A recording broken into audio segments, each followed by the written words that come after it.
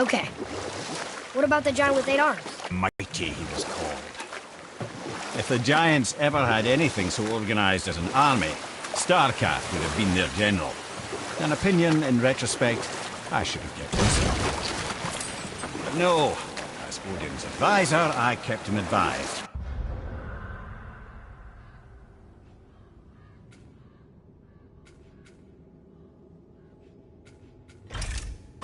And having bent his will towards Starkath's doom, there was no dissuading him.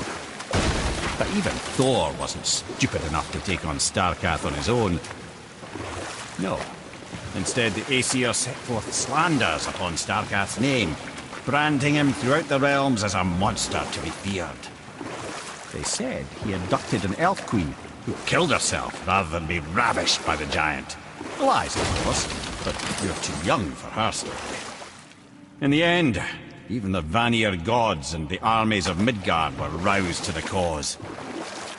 They surrounded Starkath, showered him with arrows until he was brought to his knees. He surrendered.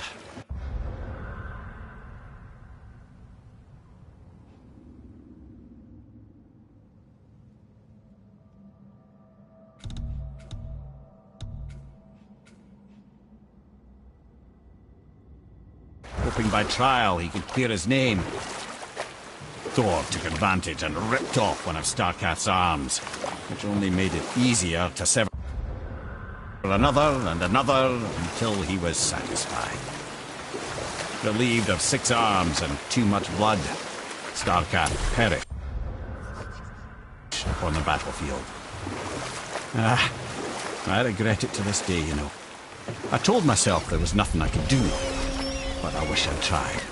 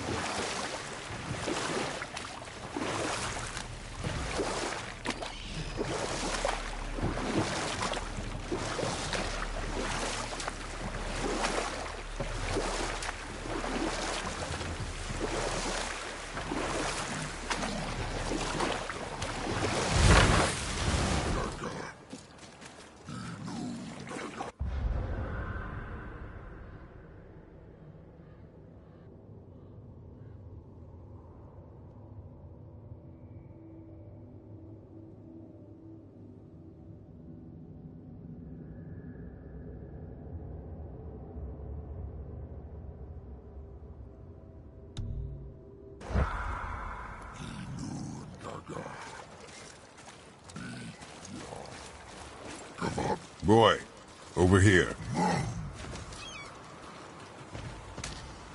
Another map.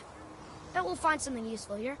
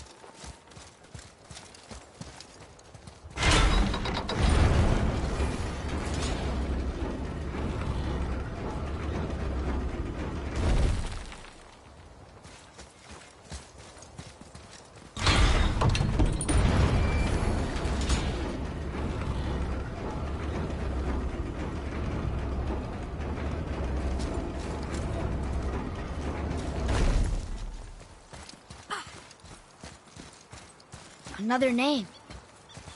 Air!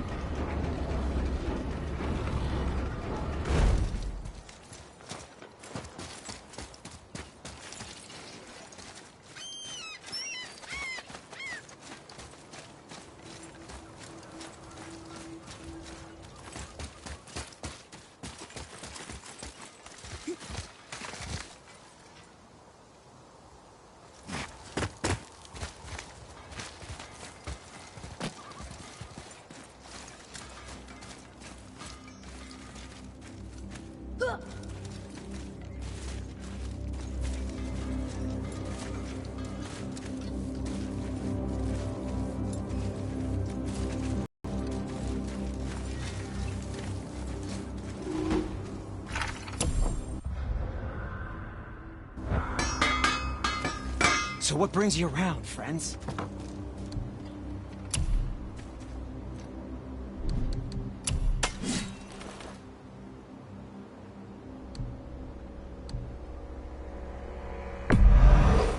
Now, watch where you throw this thing.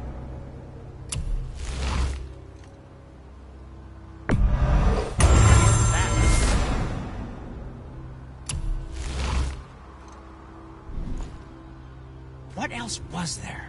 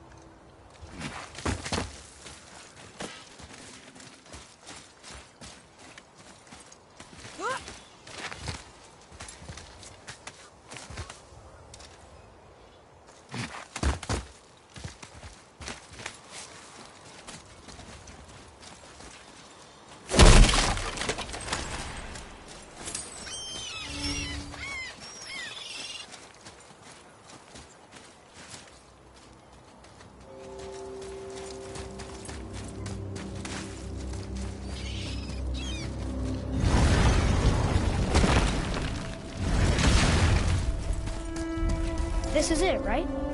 The rock stool? Aye, lad. The Council of Valkyries. The Valkyries are of Valhalla, are they not? Glad to see you're paying attention, brother.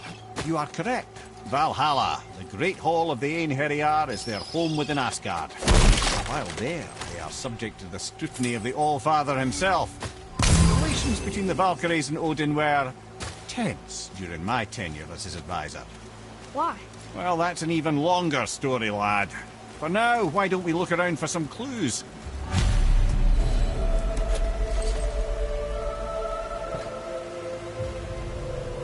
Whoa, you're back. Man, who is she? Gunnar, Mistress of War. After any conflict, big or small, she would be first on the scene, sussing out the worthy spirits for a free trip to Valhalla. A gruesome task, but she took great pride in it. Any conflict. Impossible. It's true. She had help from her sisters, of course, but Gunnar was always first to arrive. Her judgment of the fallen was unparalleled, and an invaluable resource to Odin. She was one of his favourites.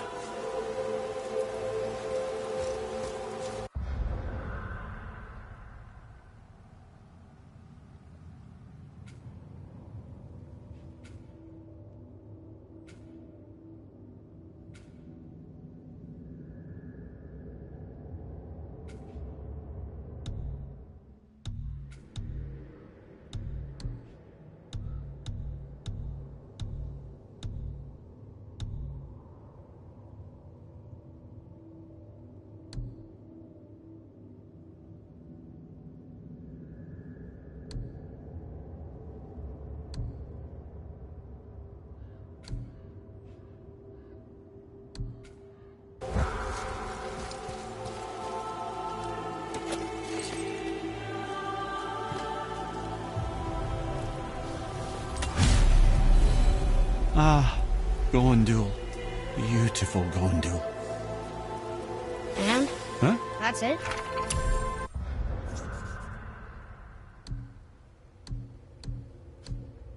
Beautiful Gondul? No story or anything? Oh, sorry, lad. The sight of Gondul always took my breath away. Gondul had a silver tongue, a sharp wit, and struck a figure so stunning it literally drove men insane. Odin forbid her from setting foot in Midgard after a time, as insanity is not a welcome trait in Valhalla.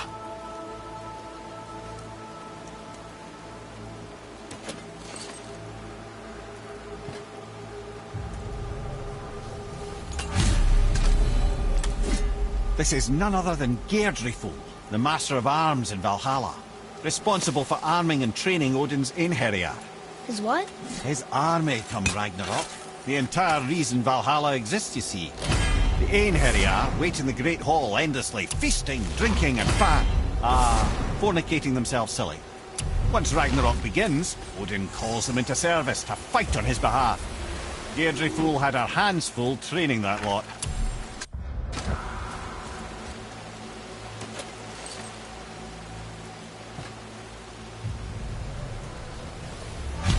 This, my friends, is Kara.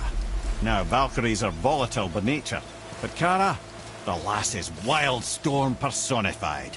A wild storm. Aye, then the air would shift and the fury of her storm would unleash. It was beautiful in a way, assuming you could find proper shelter. Her tears would cleanse the blood-soaked battlefields.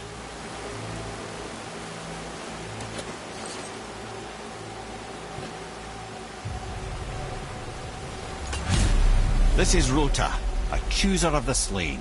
I thought all the Valkyrie did that. Not exactly, lad. Although that is what they're most famous for, and by far their greatest responsibility. You've seen what happens to the dead without the judgment of the Valkyries. Hellwalkers. That's right. Rota, Gunnar, Skuld. Without them to clean up the aftermath of battle, hell overflows with souls meant for Valhalla. A sorry state of affairs. Rota must be beside herself.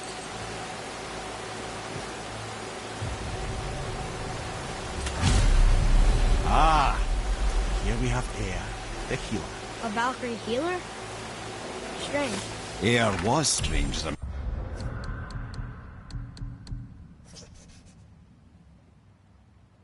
Matter of fact, very quiet, very calm. Where her sisters were violent rapids, Eir was a gentle stream. She healed the wounds of both mortals and gods, and even a certain all-knowing sage who once drank too much and fell off a mountain. Well, well, healed her, mistress of battle. She and Odin got on quite well, actually. Her and the other Valkyries, not so much.